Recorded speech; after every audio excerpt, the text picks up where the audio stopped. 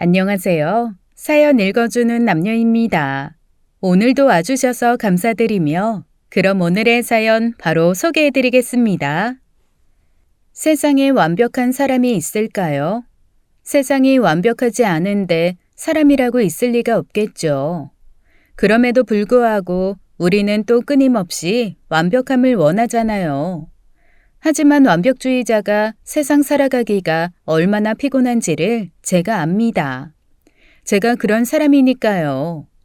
주변에서는 저를 까칠 정이라고 합니다. 제 이름 김정선에 발을 정을 넣어서 만들어진 거예요. 발음을 이야기하는 까칠함, 이렇게 해석하면 되겠네요.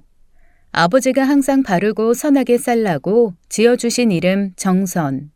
어릴 때는 친구들이 정선 아리랑이라며 놀렸지만 저는 제 이름이 좋았어요. 사람이라면 응당 바르고 착하게 살아야 한다고 생각했거든요. 그래서 초등학교 때부터 이름처럼 살려고 노력했어요.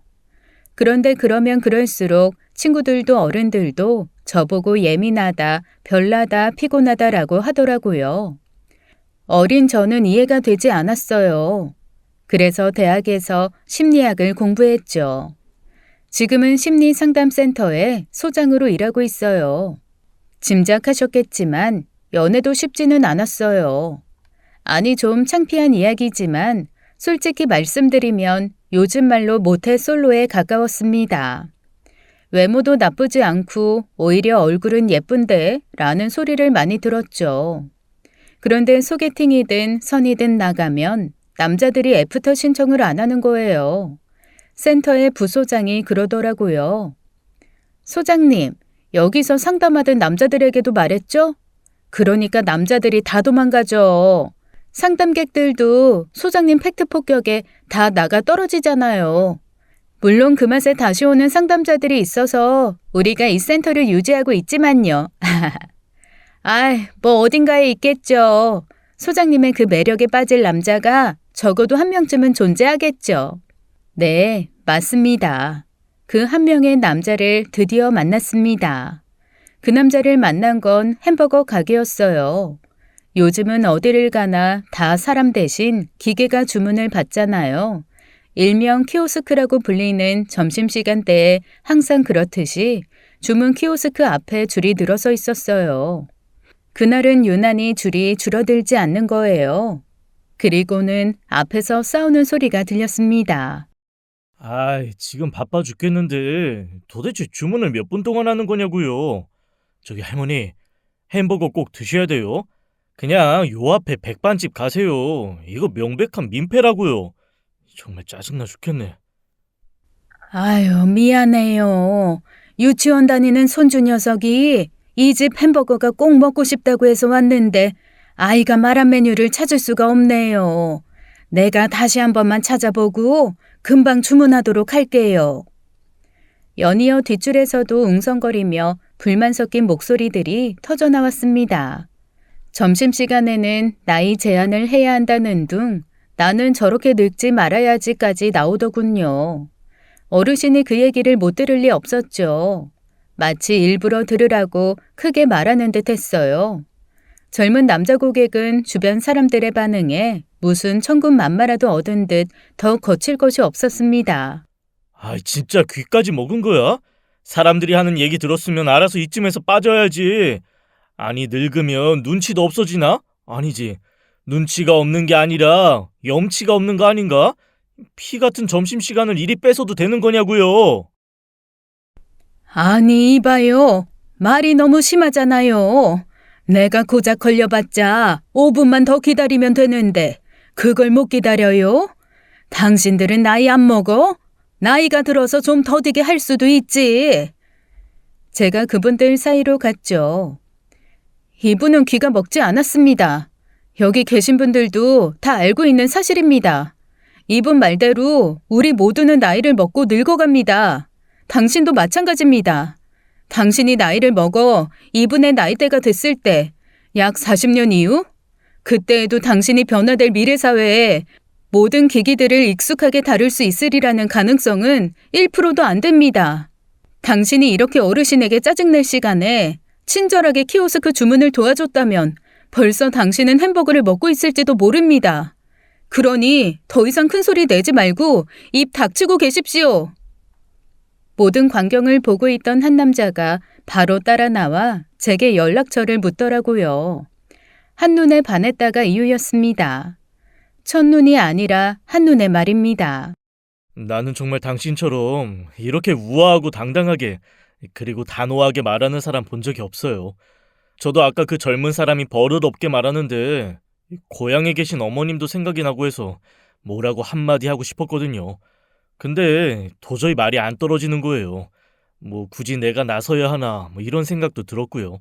와, 그런데 당신이 나타나서 또박또박 바른 말만 하는데 정말 반박의 여지가 없었어요.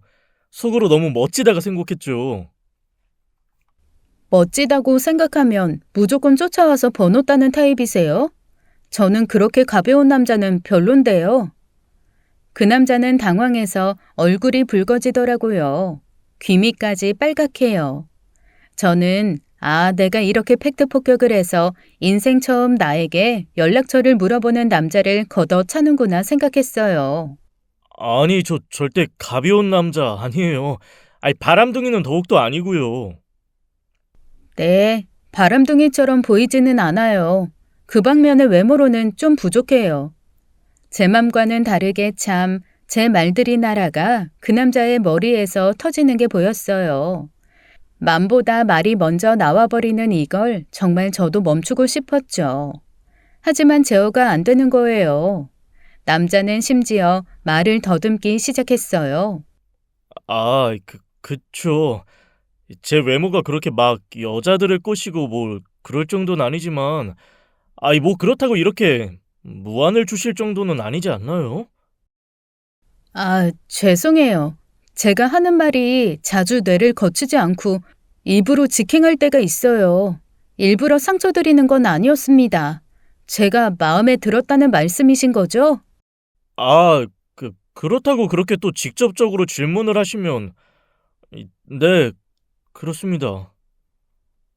우리는 그렇게 연애를 시작했어요. 남자친구는 듬직하고 성실한 사람이었어요. 행정고시 5급에 합격해서 지금은 시청에서 일하고 있었죠. 남자친구는 가끔씩 제 화법에 상처를 받는 듯이 보였으나 금세 적응을 하더라고요. 남자친구는 음식점에서 머리카락이 나와도 절대 말을 못하는 사람입니다. 일단 불편한 상황에 처해지는 것을 너무나 힘겨워 하더라고요. 하지만 또 그런 자신이 마음에 드는 것도 아니었죠. 자기야, 그냥 머리카락만 건져내고 먹으면 안 될까? 굳이 소란스럽게 상황을 만들면 모두가 좀 불편해질 것 같은데. 자기야, 내가 말을 안 해주는 게 결코 이 가게에 도움이 되는 게 아니야. 주방에서 위생모를 제대로 착용하지 않아서 이런 일이 일어났다고 생각해봐. 그럼 우리 말고 다른 사람들에게 줄줄이 피해가 갈 수 있다고. 더 큰 피해를 막기 위해 말하는 게 나은 거야.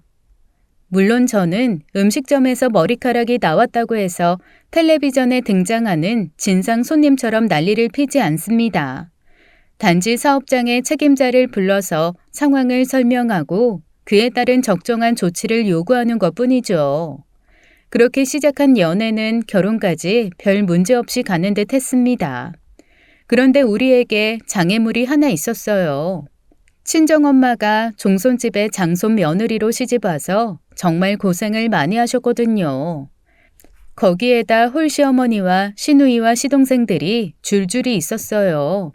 그 시누이들이 시동생들을 공부시키고 결혼까지 시키고 나니 청춘이 다 가버렸다고 매일 저를 붙잡고 신세한탄을 하셨거든요. 그리고 마지막 결론은 다른 건 몰라도 홀시어머니의 장남은 안 된다. 문제는 남자친구가 홀시어머니의 장남이라는 거죠. 다행히도 시동생 한 명뿐이었어요. 이 정도면 충분히 엄마를 설득할 수 있다고 생각했죠. 정말 그거 하나 말고는 단점이 없는 남자였으니까요. 저는 친정 엄마에게 선언했습니다.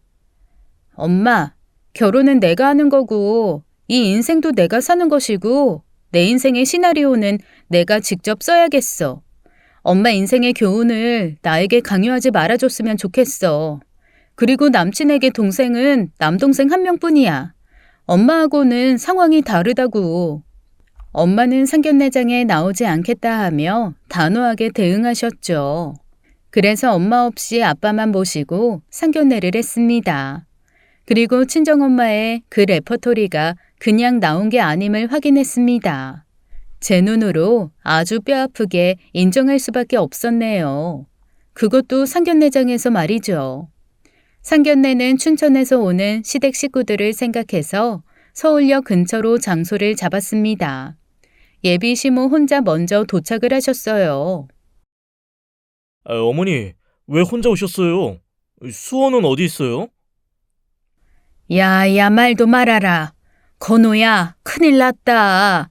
네 동생 수호가 오늘 아침 여기 상견례장 온다고 친구 오토바이 빌려 타고 춘천 시내에 있는 목욕탕에 간다고 했거든. 근데 얘가 소식이 없는 거라. 가는 길에 나무를 들이받아서 오토바이가 박살이 나는 모양이다. 그래도 천만다행인 게 수호는 손끝 하나 다치지 않았단다. 참 어릴 때부터 우리 수호가 그런 후는 좀 있다. 아니 그거보다 일단 그 오토바이 변상부터 좀 해줘야겠어. 여기 친구 입금 계좌 보내왔더라. 그 친구 놈이 쌩 난리를 치는 모양이야. 일단 형이 보내준다고 각서 쓰고 출발했다니까 먼저 돈부터 보내줘라. 남편은 별로 놀라는 기색도 없이 한숨 한번 내쉬고 계좌 이체를 하더군요. 아이고 사돈될 분들 앞에서 처음부터 정신이 없었네요. 죄송합니다. 우리 건호가 우리 집안의 기둥이에요. 건호 아버지가 일찍 저 세상으로 떠난 뒤부턴 저도 건호 없었으면 어이했을까 싶습니다. 얘가 어릴 때부터 얼마나 듬직한지 얘가 지동생 대학교까지 다 가르쳤지 뭡니까? 그리고 그 어렵다는 행정고시 5급을 떡하니 붙어갖고는 바로 서울시청에 들어가서 높은 자리에 올라가더니만 알들살들 돈 모아서 춘천에 작은 아파트도 하나 해주고 저는 정말 건호 없었으면 어이 살았을까 아찔합니다. 우리 건호는 아주 집안의 자랑입니다. 아이 건호야, 지금 수호 연락 왔다. 지금 음식점 앞에 택시에 있단다. 늦지 않으려고 춘천에서 택시 대절해서 왔단다. 택시비 좀 계산해줘야겠다. 네, 남자친구는 진짜 장남이었습니다. 아버님이 일찍 돌아가셔서 어릴 때부터 가장의 역할을 할 수밖에 없었다고 합니다. 형제가 동생 한 명이라 장남의 무게가 얼마나 될까 싶었죠. 기껏해야 남동생과 홀시어머니가 가족의 전부였으니까요. 하지만 하나부터 열까지 집안의 모든 대소사를 남자친구가 책임지고 해결하고 있더라고요. 작게는 제사 준비부터 매달 생활비며 예비 시댁에서 벌어지는 모든 일을 남편이 도맡았어요. 그런데 철없는 동생이 27살이 된 지금까지 저지르는 자질구레한 사고까지도 남편이 해결사였어요. 마치 항상 열리는 현금 지급기 같은 존재였죠. 정선아, 네가 선택한 남자니 더 이상 불필요한 말을 얹지는 않겠다. 사실 나도 네 엄마에게 할 말이 없는 사람이니까 말이야. 다만 이 서방의 장난병 고치지 않으면 앞으로 네 결혼 생활이 평탄할 것 같지 않다. 현명한 네가 오죽 알아서 잘하겠냐마는 한국에서 장난병 거의 불치병에 가깝다는 것만 알아둬라. 평생 이 서방과 함께하기로 결심했다면 가족하고도 평생 같이 해야 한다는 거 명심해. 오늘 상견례장에 참석하지 않은 친정엄마 얼굴이 떠오르더군요. 평생 자라오면서 가장 많이 들은 말이 홀시어머니의 장남은 안 된다였는데 이래서 부모님 말씀은 다 뼈가 되고 살이 된다고 하는 건가 하고 말이죠. 거기에다 그 상처의 공범자인 아빠가 장남병이 불치병이라고 하시니 솔직히 순간 살짝 후회가 될 뻔했어요. 하지만 본게임은 시작도 안 한 거더라고요. 예비 시동생이 헐레벌떡 상견례장으로 들어왔습니다. 들어오자마자 인사만 하고는 정신없이 음식을 먹기 시작하더라고요. 형수님, 이렇게 불러도 되죠? 앞으로 잘 부탁드리겠습니다. 우리 형이 완전히 공부만 하는 숙맥인 줄 알았는데 연애도 하고 참 대견하네요. 형수님, 대학원까지 나온 박사라면서요? 와, 우리 형 학벌도 만만치 않은데 박사님이라니. 와, 이제 능력 있고 똑똑한 형수님까지 들어왔으니 뭐 내 인생도 이제 고속도로인 건가? 형수님, 주식하시죠? 제가 얼마 전에 정말 쌈박한 리딩방에 겨우 들어갔거든요. 여기가 들어가려면 정말 반년 이상 기다려야 하는데 친구 찬스로 어렵게 들어갔어요. 이번에 대박 정보 하나 있는데 이거 수익률 무조건 100% 넘어갑니다. 딱 저한테 500만 원만 투자하시죠? 상견례장에서 저는 일단 지켜봤습니다. 그리고 철없는 예비 시동생의 투자 제안은 정중히 거절했죠. 아유, 수호야, 천천히 좀 먹어. 체하겠다. 누가 보면 며칠은 굶은 줄 알겠어. 얘가 어릴 때부터 마음이 허해서 이렇단다. 이제 새아가가 들어오면 하나 있는 시동생은 네 동생이다 생각하고 챙겨야 한다. 응? 아니다. 남편이랑 같다고 생각해서 똑같이 떠받들며 살아야 한다. 엄마, 제발 그만하세요. 요즘 시대에 누가 남편을 떠받들며 살아요? 거기에다가 시동생은 왜 얹어요? 아이고, 니는 아직 결혼식장에 들어가기도 전인데 네 마누라한테 꽉 잡혀 살래? 아니, 결혼하면 남편은 하늘인데 시동생도 하늘처럼 잘해주라는 게 뭐 못할 말이냐?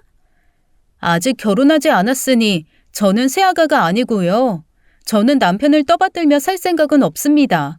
그리고 저는 친동생이 있기 때문에 남편의 동생을 친동생이라 생각할 필요가 없습니다. 더더군다나 제 친동생도 저는 챙기지 않습니다만. 다시 한번 엄마의 일갈이 생각나면서 제 선택에 대해 고민했어요. 여기서 이 막장 드라마에 나올 것 같은 예비 시어머니와 예비 시동생을 가족으로 둔 이 남자와 깨끗하게 헤어질 것이냐, 아니면 평생 처음으로 결혼을 생각한 이 남자를 믿고 결혼까지 가느냐. 만약에 결혼까지 간다면 어떻게 현명하게 이 가족들과 함께 평생을 살 수 있을까를 말이죠.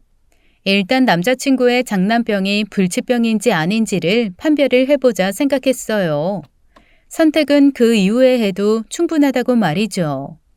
괜히 흥분으로 섣부른 판단과 오해를 하면 나중에 정말 큰 후회를 할 것 같았거든요. 어쨌든 당신과 결혼식장에 들어가기 전에 한 가지는 확실하게 확인하고 싶어. 이제까지는 당신이 장남으로서 형으로서 인생을 살았다면 결혼과 동시에 나의 남편으로 위치가 바뀌는 거야. 그 말인 즉슨 경제적으로 공동체는 당신과 내가 되는 거야. 이제 어머님께 매달 드려야 하는 생활비가 경제적인 지원의 모든 것이야.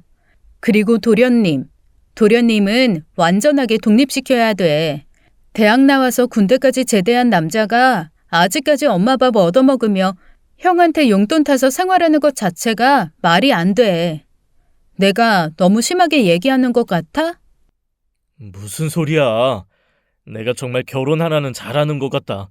내가 당신한테 왜 반했는데 그 정확한 판단, 단호함. 나도 내가 더 이상 이렇게 살면 안 되겠다 싶었어.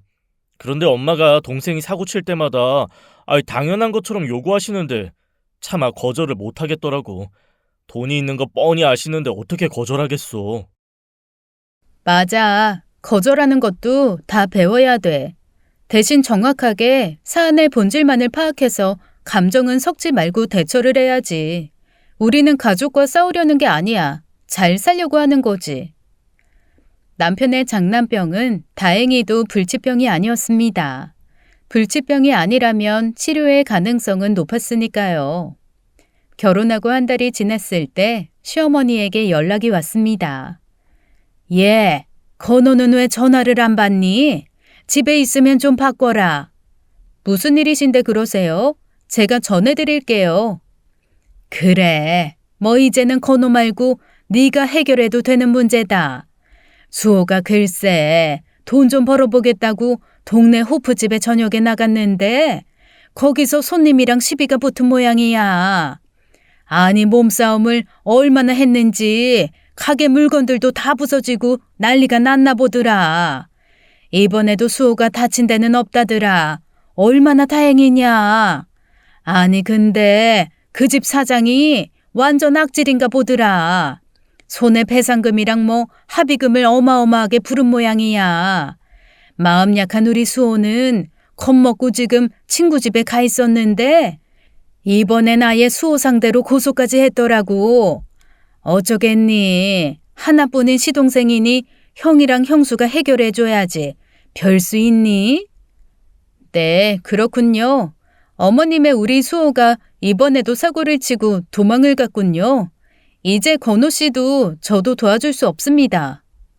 아니 너는 형수가 돼서 어쩜 그렇게 매정하게 선을 확 그어버리니? 애가 차가운 건 알았지만 가족끼리 그리 살면 못 쓴다. 가족이면 서로 도와가며 살아야지. 혼자서만 잘 살면 뭐하니? 아니 사돈어른이 바르고 선하게 살라고 이름까지 정선으로 지었다며. 그럼 최소한 이름값은 하면서 살아야지. 그럼 어머님 말씀대로 바르고 선하게 가족을 도우면 되겠습니까? 아유 얘는 왜 같은 말을 반복하게 해. 어서 내려와서 해결이나 해. 저는 그 길로 춘천에 있는 시댁으로 갔습니다. 우선 친구 집에 있는 시동생을 찾아내서 시모와 함께 사고친 가게로 데리고 갔어요. 보아하니 이번에 결혼한 수호 형이랑 결혼한 세댁 같은데 이번에 내가 양보 못해. 이 녀석 된통 당해봐야 정신 차린다고. 돈도 돈이지만 기본이 안 돼 먹었어. 그 성질마리 갖고는 어디서도 일 못해. 손님이 반말 좀 했다고 그걸 못 찾고 주먹을 날려? 그것도 치보다 20살 많은 사람한테. 더군다나 그 손님 내 지인이라고. 미리 말까지 했구만. 이 녀석 콩밥 먹어야 정신 차린다고. 아니 한 동네에서 얼굴 보고 자란 애한테 이렇게까지 하기에요? 그리고 기본이 뭐가 어쩌고 저째? 어머니 저에게 맡긴다고 하셨으면 저쪽으로 가 계시죠. 저는 먼저 시동생을 사장님 앞에 무릎부터 꿇게 했어요. 그러고 제가 미리 써간 사과의 글을 읽게 했습니다. 처음부터 끝까지 시동생의 죄를 낱낱이 밝히는 내용이었죠. 읽는 시동생도 듣는 시어머니도 놀라더라고요. 물론 듣는 사장님은 말할 것도 없고요. 사장님, 저의 시동생 이수호 군의 죄는 명명백백 변명의 여지가 없습니다. 하지만 한 동네에서 수호 군이 어떻게 자랐는지 아시지 않습니까? 아버지가 없다는 핑계하에 어머님 치마폭에 쌓여 그동안 잘못을 저질러도 단 한 번도 제대로 뉘우칠 기회를 갖지 못했습니다. 이건 어찌 보면 형과 어머님의 잘못도 큰 바 고소를 하시려면 근본적으로 어머님과 형인 이건호 씨도 함께 하셔야 합니다.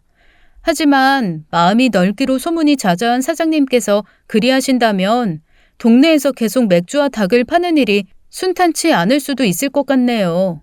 그렇다면 이 문제를 어떻게 해결하는 것이 좋을까요? 사장님의 현명한 대답이 궁금합니다. 참.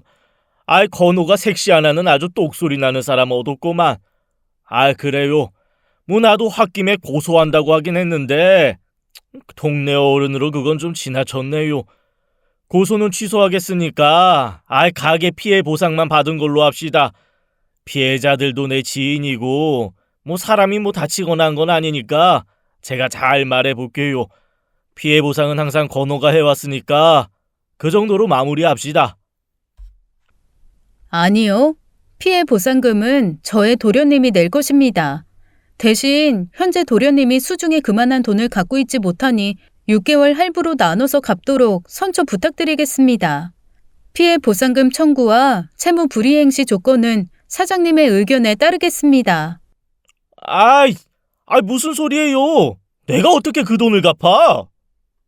도련님, 일을 해서 월급을 받아서 갚으셔야죠. 만약 하루라도 연체가 된다면 사장님이 민사소송을 걸게 될 것입니다.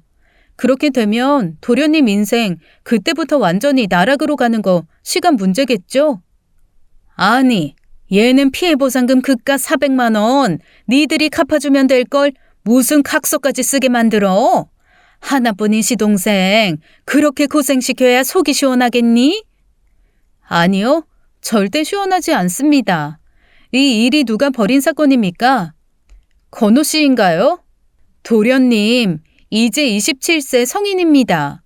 자신이 벌인 일은 자신이 해결할 줄 알아야 되는 나이입니다. 제 말이 틀린가요, 어머님? 사장님, 제가 상식에서 벗어나는 말을 했나요? 하이, 무슨 소리? 아주 지극히 상식적이네. 수호 엄마도 이제 수호 그만 싸고 돌아. 며느리 아니었으면 내가 이번에 진짜 고소까지 가려고 했어. 너 이 녀석 수호도 형수님 말 잘 들어. 그래야 자다가 쌀이 나오는 거야. 시동생은 울며 겨자 먹기로 일을 해야만 했죠. 하지만 고향 동네에선 이미 평판이 떨어질 대로 떨어져 바닥을 더 내려갈 데도 없는 상황. 하는 수 없이 아르바이트 자리를 위해 서울 저희 집 근처 오피스텔 원룸을 얻게 되었어요. 원룸으로 이사하는 날 어머님도 함께 올라오셨죠. 이사를 도와달라고 하시는 말씀에 저희는 선약이 있다고 말씀드렸어요. 저녁 식사를 함께하기 위해 원룸에 들렸죠. 아니, 니들은 어쩜 그렇게 냉정하니? 하나밖에 없는 시동생이 서울에 처음 올라와서 자리를 잡는데 같이 좀 지내면 얼마나 좋아. 옛날에는 조카들 서울로 대학교 오면 다 큰 집에서 채워주고 먹여주고 했어. 세상이 아무리 각박해졌다고 해도 친동생을 옆에 두고 방을 따로 얻는 게 말이 되니? 엄마, 그 얘긴 지난번에 충분히 설명드렸잖아요. 앞으로도 수호랑 같이 살 일 없을 거예요. 수호 이제 애 아니에요. 원래 애미 눈엔 자식이 환갑이 돼도 애다. 니네가 아직 자식을 안 낳아봐서 그래.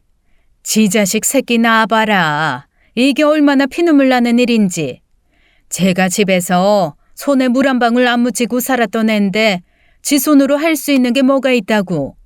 이 넓은 서울 땅에 혼자 떨어져서 밥이라도 제대로 먹겠냐고. 나도 서울에서 혼자 대학교 다니고 고시 공부하고 회사 다니고 다 했어. 이제 내일 모레면 30인데 왜 못해? 뭘 해봤어야 하지. 넌 어릴 때부터 밥도 하고 빨래도 하고 나 도와준다고 집안 살림도 다 할 줄 알았잖아. 근데 제 수호는 진짜 아무것도 할 줄 아는 게 없다니까. 아주 내가 수호 생각만 하면 걱정이 돼서 잠이 안 온다. 27살 성인이 할 줄 아는 게 하나도 없는 건 자랑이 아니죠. 이제부터라도 배우면 되죠. 바보가 아닌 이상 말이에요. 엄마, 나 알바까지 하는데 집에 와서 밥 차리고 청소하고 그렇게 못 살아. 나 그러면 아마 며칠도 못 버티고 쓰러질지도 몰라. 형수가 해주면 안 되나? 그래, 말 잘했다 수호야. 며느라기 너 집에서 반찬하고 밥은 해먹을 거 아니냐. 니네 아침 저녁 먹는 거 좀 나눠주고 그때마다 빨래도 좀 돌려주고 청소까지 해주면 될 거 아니냐. 어머니, 이제 도련님도 충분히 밥 먹고 청소하고 빨래할 수 있는 성인입니다. 나는 이 문제 해결 안 되면 집에 못 내려간다. 걱정돼서 내가 살 수가 없어.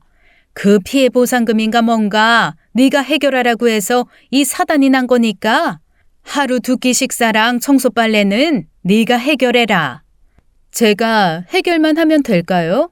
진짜로 어머님 그렇게 말씀하셨습니다. 아유, 그래. 나도 계속 같은 말하는 거 입 아프다. 아침 저녁 밥이랑 빨래 청소만 해결되면 더 이상 말 안 할란다. 저는 시어머니의 말씀대로 당장 다음 날부터 해결해드렸죠. 매일 새벽에 하루치의 아침과 저녁을 해결할 수 있는 반찬과 국을 배달시켜드렸어요. 요즘엔 돈만 내면 어디서든지 엄마의 손맛을 느낄 수 있으니까요. 빨래와 청소는 하루 3시간씩 가사 도우미를 불러서 아주 윤이 반짝반짝 나도록 했어요. 그렇게 일주일이 지나자 어머님이 득달같이 전화를 하셨습니다. 너는 얘가 애비가 얼마나 힘들게 일해서 돈 버는 줄도 모르고 그렇게 돈을 헤프게 쓴다니? 도대체 매일 그렇게 사람 쓰고 밥이며 국이며 반찬까지 배달시키면 그 돈이 얼마나 되는 거냐? 네, 돈이 많이 들어가긴 하더라고요. 저희도 매달 규모에 맞게 생활을 해서요. 그 돈은 어머님께 드리는 용돈에서 충당하고 있어요. 어머님이 어찌되든 해결만 하면 된다고 하셨잖아요. 아, 이번 달 어머님 용돈은 없겠는데요. 어쩌죠? 아니, 지금 무슨 소리를 하는 거야? 네가 하면 될 거 아니야. 어머니, 저 일하는 사람입니다. 센터를 책임지고 있는 사람이에요.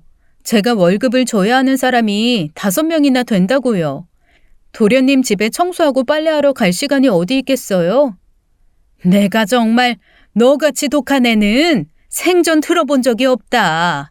아니 시어미 용돈으로 가사도우미를 불러? 당장 취소시켜라. 지금 당장 모든 것을 취소했어요.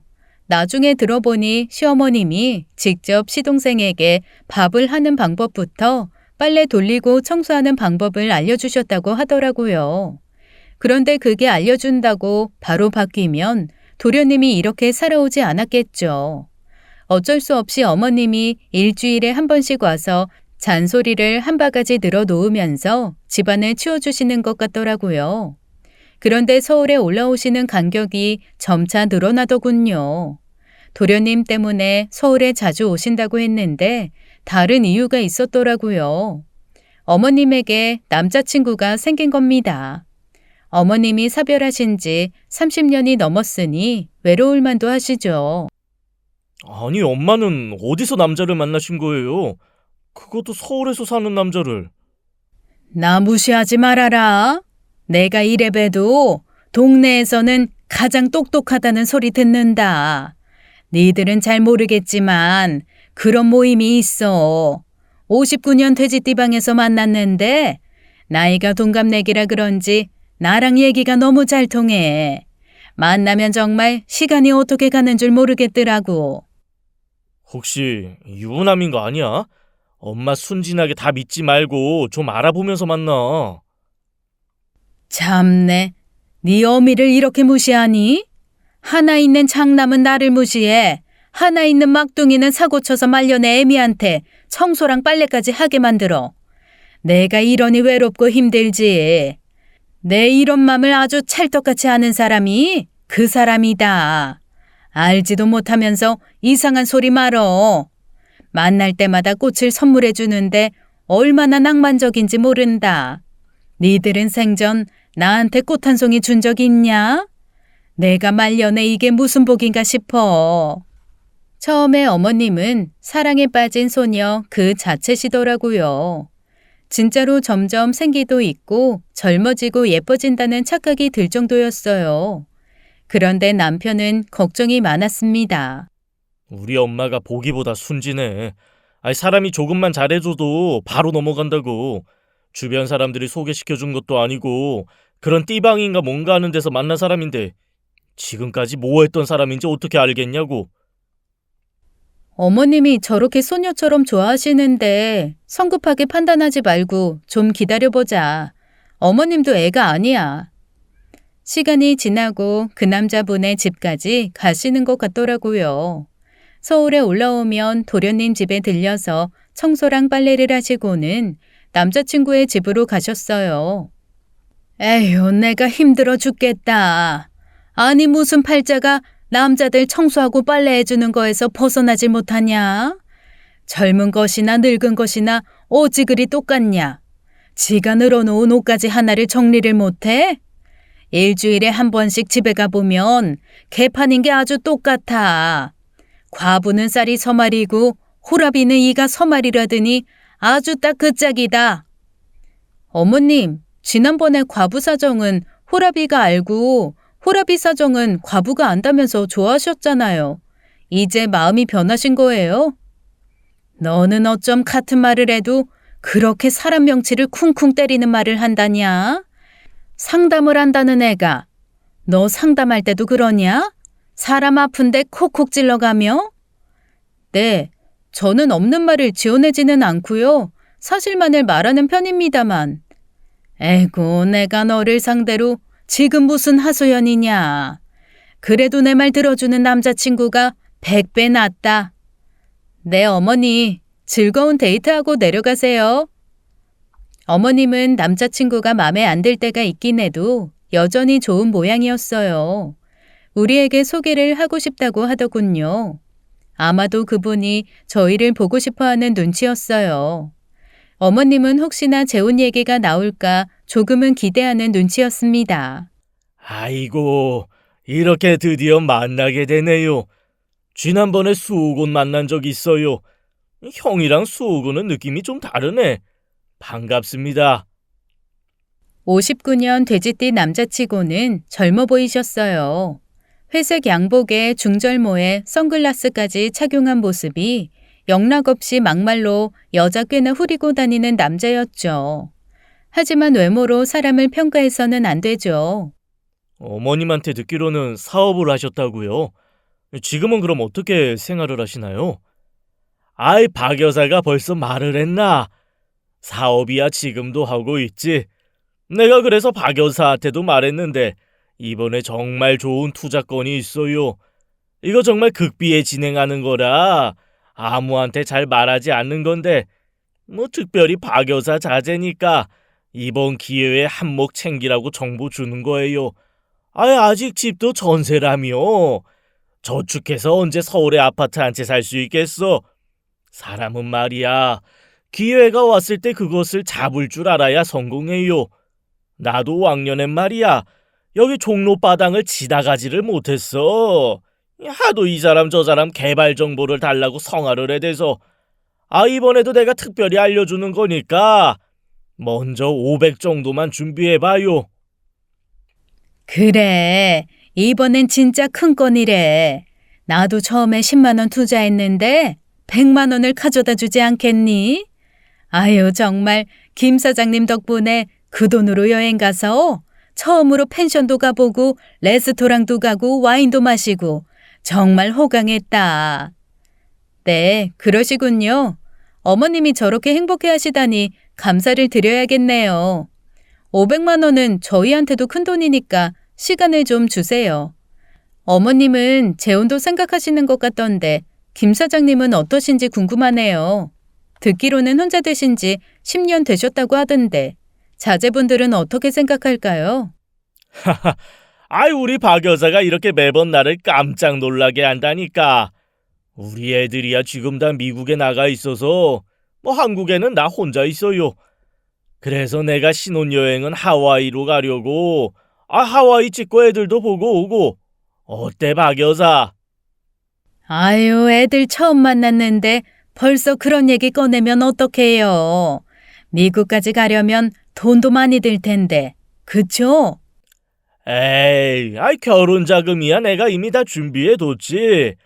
그저 박 여사가 장남이 아직 제 집 하나 없다고 걱정을 하니까 내가 이번에 좋은 정보를 주고파서 그런 거지. 일단 500 투자해서 한 달 이내에 5천 받아보고 그 다음에 안심하고 투자해봐요. 남편과 저는 그쯤에서 서로 눈빛을 교환하고 자리를 정리했어요. 이건 그냥 누가 봐도 양아치 사기꾼이었지만 사랑에 빠진 어머님에게는 보이지 않았죠. 먼저 어머님에게 김 사장의 주민번호가 필요하다고 부탁드렸어요. 대신 김 사장님이 모르게 해달라고 했죠. 처음에 시어머니는 엄청 기분을 상해하셨어요. 진짜 니들 너무한다. 아니, 엄마를 무시해도 유분수지. 내가 아무리 그래도 무슨 이상한 남자 만나서 너희한테 소개하겠니?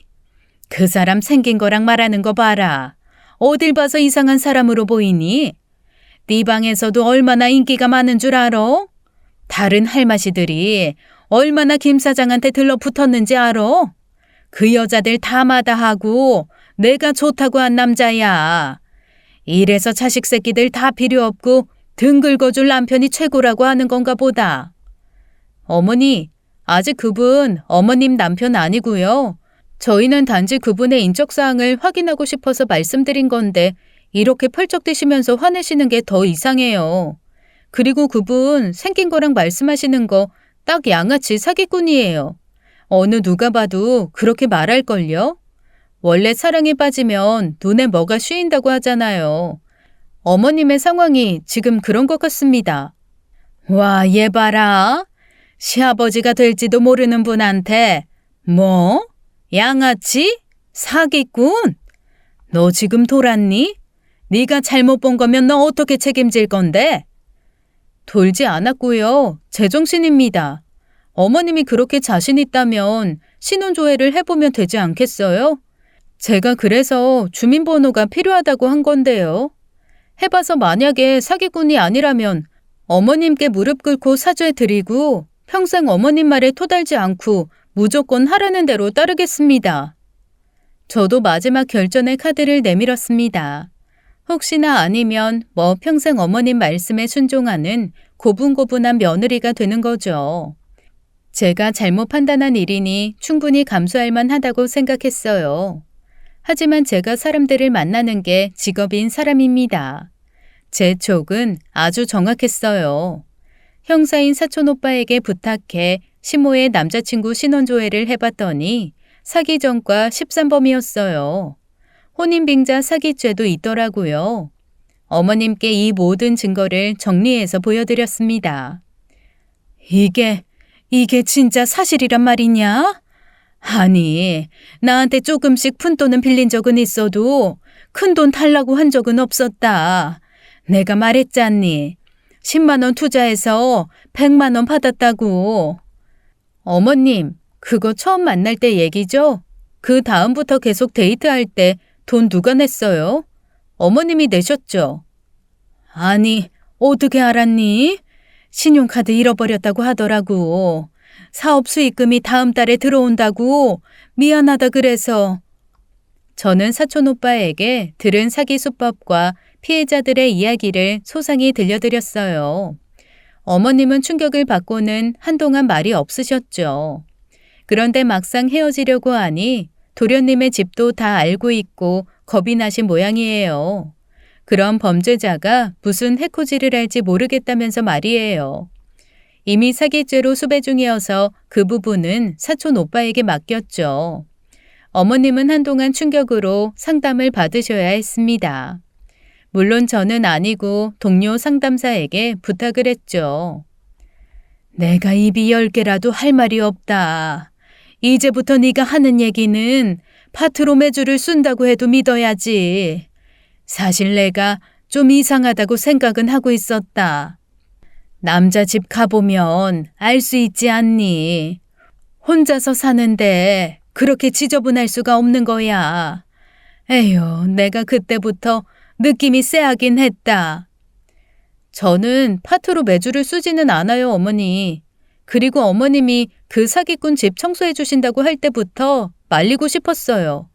인간이라면 남자 여자를 떠나서 자신의 일상을 돌볼 수 있어야 하잖아요. 그게 27살 청년이든 65살 할아버지든 말이에요. 아이고, 그렇게 맞는 말만 해대니 내가 진짜 입도 뻥끗 못하겠구나. 진짜 내가 그 양아치 사기꾼 시발라 먹을 놈을 생각하면 아직도 누워서 이불을 걷어찬다. 니들 앞에서 너무 창피하고 남사스러운 꼴을 보여서. 에휴, 근데 또 우리 막내 생각하면 내가 또 밤에 잠이 안 오더라. 어젯밤도 새벽에 깨서는 잠이 안 오더라고. 어머니, 질문을 좀 다르게 해볼게요. 그러니까 어머님이 그렇게 애지중지 제일 아끼는 막내 도련님이 미래의 양아치 반백수 씨발라 먹을 어머님의 전남친처럼 될까봐 걱정된다 이 말씀이시죠? 아유, 너는 뭐 그렇게까지 적나라하게 말을 해야 속이 시원하냐? 듣는 시험이 민망하게. 나도 내 발등을 찍고 싶은 심정인데. 어머님, 절대 제 속이 시원하려고 말씀드리는 게 아닌데요. 아유, 알았어. 네 시동생 인생개조. 아니, 먼저 정신교육부터 시켜다오. 어머님, 그렇다면 이제부터 무조건 저를 믿으셔야 합니다. 이제 네 말이면 나는 정말 무조건이다. 네가 말하는 건 토시 안 달고 따를 테니 저 녀석 제발 인간 좀 만들어다오. 최소한 사람 구실은 좀 하면서 살 수 있게 말이다. 엄마, 안 돼. 나 좀 살려줘. 나만 두고 내려가면 어떡해. 아마 엄마 막내 아들 살아있지 못하게 될 거야. 제발 나 좀 데려가. 나 엄마랑 살래. 정신 차려 이 자식아. 너는 이제 네 형수가 죽으라고 하면 배 까고 죽는 신용이라도 해. 형수 말에 무조건 복종해.